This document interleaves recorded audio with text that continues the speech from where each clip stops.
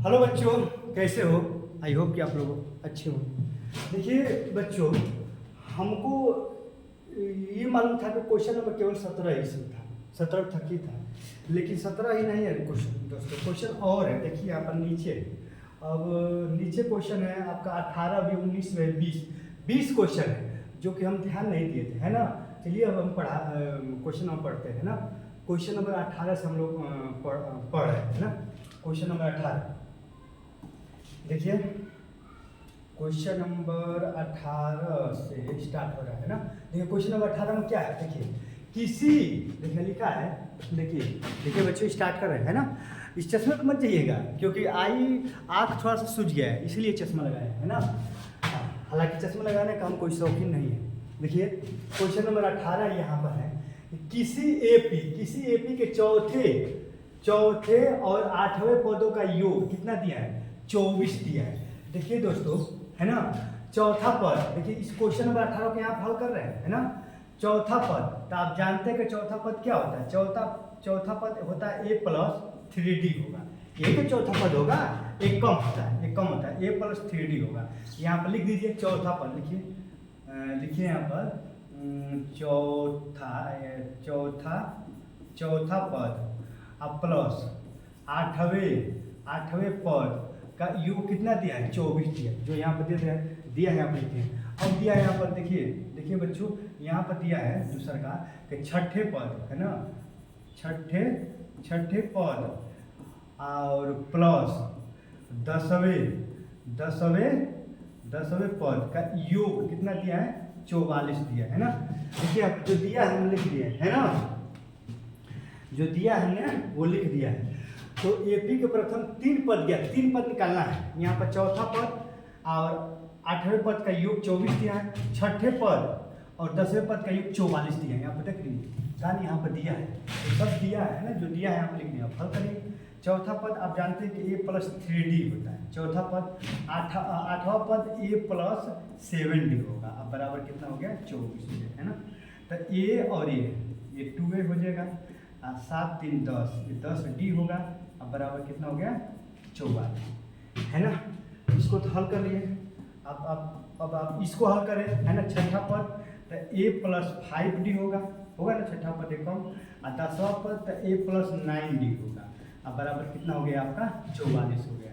तो ए आपका 2a हो गया, 9 और 9 5 कितना हो जाएगा? ये 14d हो जाएगा।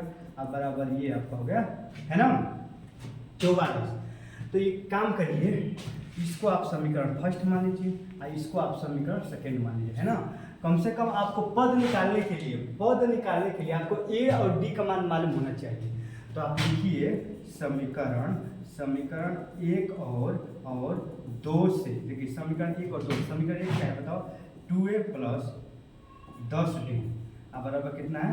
24। आइए कितना है? 2a प्लस कितना है बताओ? 2a + 14d अब बराबर कितना है? 44, है ना। तो एक काम करिए, घटाने पर लिखिए। क्या करने पर? घटाने पर। आप भी जानते हैं, आपको भी मालूम होगा, घटाने पर चिन्ह परिवर्तन, माइनस है तो प्लस, प्लस है तो माइनस, माइनस है तो प्लस। ये 2a कैंसिल। अब 14d में से 10 जाएगा तो -4d होगा ना। और यहाँ पर कितना हो जाएगा? ये हो जाएगा आपका 0 और ये कितना हो जाएगा आपका 2, ये भी माइनस के रूप में होगा 20। तो माइनस कैंसिल हो, क्योंकि ये भी माइनस ये भी कैंसिल। 4 × 5 = 20, डी का मान कितना हो गया बताओ बच्चों? डी का मान आ गया आपका 5, डी का मान 5 आ गया, है ना। अब डी का मान आप समीकरण 1 में चाहे 2 में रखकर निकाल लीजिए ए का मान, है ना। लिखिए डी का मान समीकरण 1 में रखने पर, रखो डी का मान समीकरण 1 में रखो, है ना। समीकरण 1 क्या है बताओ? समीकरण 1 यही है ना, यहाँ पर रखिए। देखिए ये 2a हो गया, अब प्लस यहाँ पर 10 हो गया, और डी के जगह पर डी का मान कितना है? 5 है दोस्तों। 10 5 डी का मान रखिए। देखिए यहाँ पर डी का मान 5 रखेंगे तो 10 5 50 हो जाएगा ना, डायरेक्ट रख रहे हैं। यहाँ 50 हो गया, बराबर कितना है? बराबर आपका 24 है। तो यहाँ पर 2a हो गया, है ना, 24, इधर आ गया तो -50 है। 24 में से अगर 50 जगह तो कितना होगा बताओ बच्चों, है ना। तो 25 यानी 26 हो गया, -26 हो गया।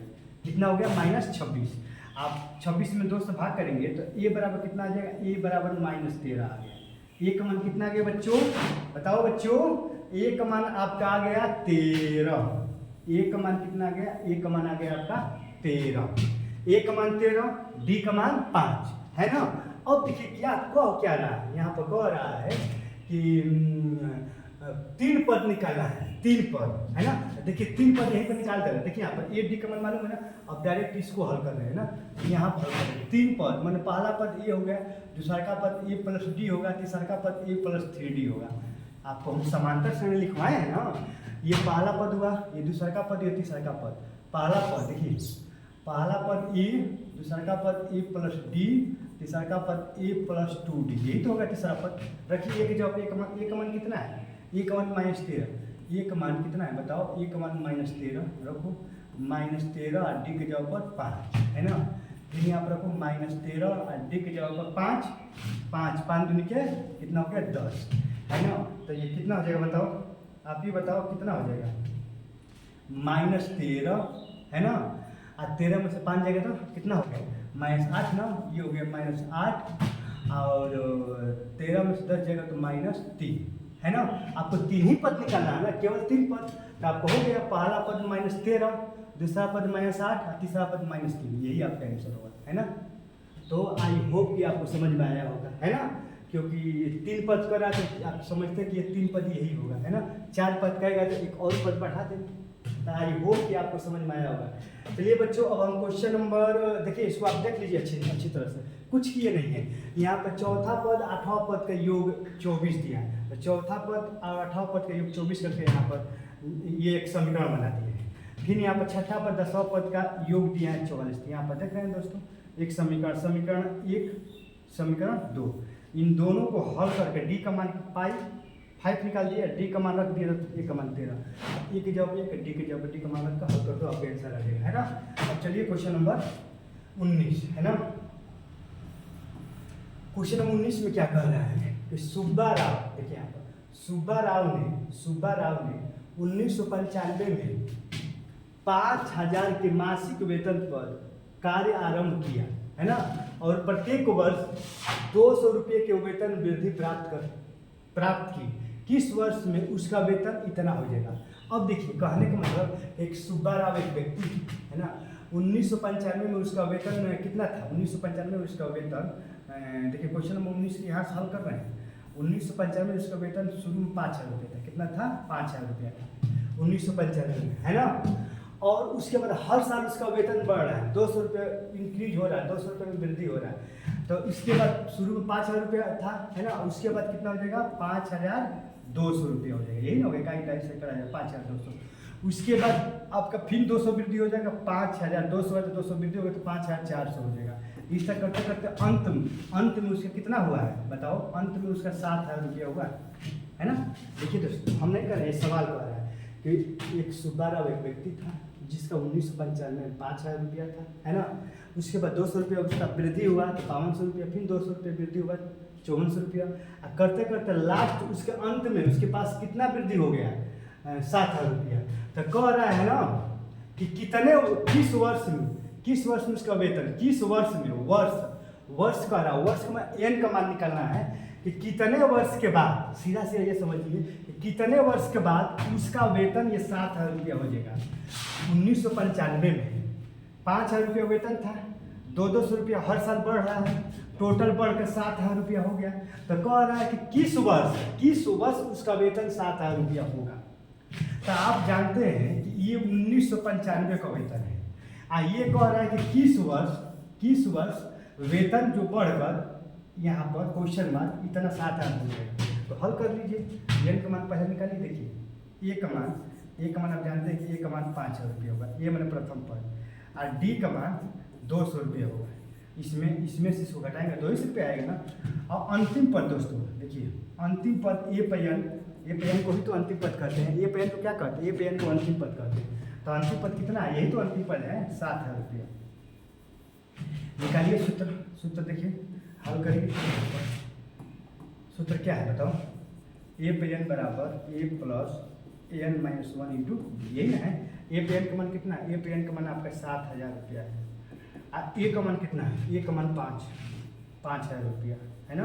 अब प्लस देखिए प्लस n-1 और डी का मान कितना है बताओ बच्चों, डी का मान 200 है ना। तो ये 5,000 में से देखिए 7,000 में से 5,000 घटेगा तो कितना बचेगा, 2,000 बचेगा नहीं बताओ, इधर आएगा तो इधर क्या बचेगा n-1 और गुणे 200, यही नहीं बचेगा। डबल जीरो कैंसिल, जब 20 में देखिए समझ रहे हैं यहाँ पर डबल जीरो है और यहाँ पर डबल जीरो कैंसिल, 20 में 2 से भाग करेंगे तो 20 में 2 से भाग करेंगे तो कितना हो गया 10, तो n-1 बराबर 10, तो ये माइनस इधर आएगा तो प्लस हो जाएगा, 10 से 11 हो जाएगा, तो n बराबर कितना हो गया 11, और ये भी वर्ष हो जाएगा 11 वर्ष, क्योंकि n पदों की संख्या है ना, पदों की संख्या मैंने इसमें वर्ष हो जाएगी। n बराबर 11 वर्ष बाद देखिए 1995 में ये 5,000 रुपया उसका वेतन था, 11 वर्ष बाद 11 वर्ष उसके बाद 200 रुपया बढ़ रहा है। 1995 में 5,000 रुपया था, 200 रुपया बढ़ रहा है हर एक वर्ष, 11 वर्ष के बाद उसका वेतन हो जाएगा 7,000 रुपया। तो किस वर्ष होगा देखिए, तो 1995 था ना, देखिए बच्चों 1995 था, अब इसमें 11 जोड़ देंगे, 11 वर्ष का रहा है ना, 1995 में 11 जोड़िए, ये 6 हो जाएगा, 9 1 10 के 0 हो जाएगा, हासिल 1 हो गया, और 9 1 10 के जो हासिल 1 2 है। 2006 में कितना आंसर आया दोस्तों, इसका आंसर आएगा 2006 में। ये कह रहा है कि सुब्रत राव के 1995 में वेतन 5,000 है, कितना वेतन है 5,000 है, और उसका हर एक प्रत्येक वर्ष मैंने हर वर्ष 2,000 रुपया उसका वेतन में वृद्धि हो रहा है। तो किस वर्ष में इसका वेतन 7,000 रुपया होगा, किस वर्ष में, तो आप कहेंगे कि 2006 में है ना, इसका वेतन सुब्रत राव का वेतन 7,000 हो जाएगा, यानी 2006 आपका आंसर हो गया। कितना आंसर हो गया बच्चों 2006 में उसका वेतन कितना हो जाएगा 7,000 हो जाएगा है ना। जब 1995 में आप 11 जोड़ेंगे तो 2 अच्छे आएगा, 2 अच्छे आपका आंसर। आई होप कि आप समझ गए होंगे। अब चलिए क्वेश्चन नंबर 20 देखिए, रामकली ने, देखिए ये भी एकदम इजी है, रामकली ने किस वर्ष के प्रथम सप्ताह में 50 रुपये की बचत की, 50 रुपये की बचत की पहले सप्ताह में, फिर अपनी साप्ताहिक बचत कितने रुपये बढ़ाते गए और 90वें सप्ताह में उसका साप्ताहिक बचत कितने रुपये हो जाता है। तो एन का मान देखिए, सीधा एन का मान कह रहे हैं। मैंने कहने का मतलब ये है कि एक रामकली नाम का एक व्यक्ति है जो उसके शुरू में कितना रुपया है, उसके पास शुरू में 50 रुपया है, कितना रुपया है बताओ बच्चों 50 रुपया है। उसके बाद उसको वेतन में हर सप्ताह वृद्धि हो रहा है, साप्ताहिक कह रहा है, साप्ताहिक कितना वृद्धि हो रहा है 17.5 वृद्धि होती है। इसमें 17.5 जोड़िए, जब इसमें 17.5 जोड़ेंगे तो ये 5 ये 6 इतना हो जाएगा है ना बच्चों, इतना हो जाएगा। तो ये पहला वर्ष इतना। अब इसमें भी आप चाहो तो जोड़ सकते हो 17, इस तक करते करते लास्ट में कितना हो गया बताओ, इतना हो गया। ये अंतिम पद दिया है। देखिए रामकली नाम का एक व्यक्ति था जो पहले सप्ताह में, प्रथम सप्ताह में उसके पास 50 रुपया था, हर सप्ताह में उसके वेतन में वृद्धि हो रहा है और 17.5 जो है ना उसका वृद्धि हो रहा है। जब इसमें 50 में 17.5 जोड़ेंगे तो इतना होगा, इसमें 17.5 जोड़ेंगे तो आगे आएगा। इस तक करते करते अंत में उसके पास कितना रुपया हो जा रहा है 207.50 हो जा रहा है। ये जो पैसा हो रहा है ये वाला, तो कितने सप्ताह के बाद हो रहा है ना, कितने सप्ताह के बाद हो रहा है, यानी पदों की संख्या निकालना है, यानी एन का मान निकालना है ना। तो कुछ करना नहीं है। देखिए ए का मान क्या है आप ही बताइए, ए का मान क्या है, ए का मान तो 50 हो गया, आप समझ ही रहे हैं, ए का मान यही ना। डी का मान क्या हो जाएगा, जब इसको इसमें से घटाएंगे ना डी का मान आ जाएगा यही 17.5 है ना, यही आता है, डी का मान यही आएगा। ठीक है, यही ना जोड़े हैं, इसमें जोड़े तभी आया, तो इसमें से घटाएंगे तो इतना आएगा। और अंतिम पद देखो, अंतिम पद ए पयन, अंतिम पद देखिए ए पयन, अंतिम पद कितना है 207.50, ये अंतिम पद है ना। एन का मान क्वेश्चन मार्क, एन का मान पूछा है, देखिए यहाँ पर एन का मान यहाँ पूछा है ना, क्वेश्चन मार्क। हल करिए सूत्र प्रश्न, देखिए ए पर एन बराबर ए प्लस n-1 इंटू डी। हल करिए, बस इसको हल कर देंगे आपका आंसर आ जाएगा। देखिए ए पर एन का मान कितना है 207.50 बराबर ए का मान कितना है, ए का मान देखिए, ए का मान 50 है, ए का मान कितना है 50 प्लस n-1 और डी का मान 17.5 5 है ना, कुछ है नहीं, थोड़ा बुरा भाग है आप करिए। देखिए अब 207 में 5.0 में कितना 50 घटा देंगे, 50 को घटाइए है ना, ये आएगा 0 5 दशमलव यहाँ हो जाएगा 7 और 0 में 5 नहीं जाएगा तो खांसी लेंगे 10 में 5 जाएगा 5, ये इतना हो जाएगा, यानी 157.50 हो जाएगा और ये n-1 और गुणे 17.5 है ना दोस्तों। देखिए फ्रेंड अब यहाँ देखिए एक बात ध्यान दीजिए कि दशमलव के जो इधर है कितना हो आप 0 बढ़ा सकते हैं है ना, कोई दिक्कत नहीं, दशमलव के इधर आप 0 बढ़ा सकते हैं, क्यों हम बढ़ाएंगे है ना, आप नहीं भी बढ़े कोई बात नहीं, मत पढ़िए, चलिए कोई दिक्कत नहीं, मत पढ़िए, इसको हल करिए। देखिए इसको आप हल करेंगे, दशमलव के बाद कितने अंक है 2 अंक है, तो यहाँ पर इतना कर दीजिए।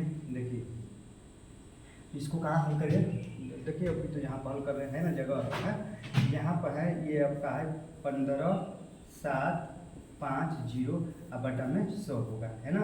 दशमलव कौन पर है बच्चों, 0.2 पर है, 0 है 5 है, तो 0.2 पर है तो 0 हटाएंगे 2 0 नीचे बढ़ेगा, अब बराबर n-1 और गुणे 17 इतना 0 कम पर 1 अंक पर 1 0 बढ़ जाएगा है ना। तो ये बताओ 1 0 से 1 0 कैंसिल होगा कि नहीं, आप ये बताओ होगा ना, 1 0 से 1 0 कैंसिल, यहाँ पर 1 0 से 1 0 ये कैंसिल है ना, तो कितना बचा बताओ, यहाँ पर हो गया 1575 अब बराबर n-1 और गुणे 157 यही बचेगा है ना। अब 157 से इसमें भाग करिए, देखिए अब यहाँ हल कर रहे हैं, इसमें कुछ है नहीं, केवल बुरा भाग है जो कि आप खुद ही कर लेंगे। अब देखिए यहाँ से इसको हम देखिए, इसको यहाँ से यहाँ पर हल कर रहे हैं है ना। अब देखिए 100 कितना है बताओ, 115 अब 75, 15 75 भागा, ये इधर आएगा गुणा में, इधर का भागा 175 इधर क्या हो गया n-1 है ना, ये इधर लिखिएगा, ये इधर आएगा, तो अब कटाओ इसको है ना, अब 5 से कटाओ, 5 से कटाओगे इससे 5 से कटाओगे तो 5 3 15, 5 में 5 अब 5 बचे 25, 5 से कटाओगे तो 5 3 15 और 5 बचे 25, फिर 5 से कटाओ तो 5 6 30 है ना, अब 5 3 15, फिर 5 कटाओ 5 7 है ना 35 और 7 9 63, तो कितना आ गया 9, n-1 बराबर 9, ये माइनस जाएगा तो प्लस n बराबर कितना हो गया 10, यानी 10 साप्ताहिक आ रहा है ना, 10 साप्ताहिक बाद आंसर कितना आ गया दोस्तों 10।